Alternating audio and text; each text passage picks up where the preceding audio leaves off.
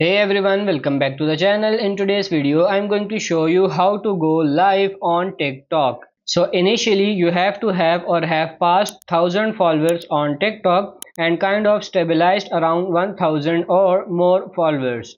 So when you have 1000 followers, you guys will be able to see the icon. I don't have the 1000 followers or more. There is two ways of going live on TikTok. The more difficult way is going to your profile. Then on the top right hand corner there are these three bars. You click on these three bars, click on this creator tools, and now you will see the icon that says go live on the right side, and then you can click on go live. Or the easier way is on the bottom, that plus icon, click on it.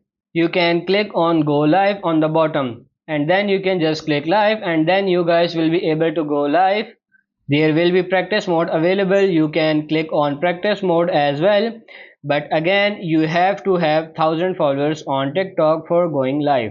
So that's pretty much it for this video. I hope this video was helpful. If it is, like it and subscribe to the channel. Thank you.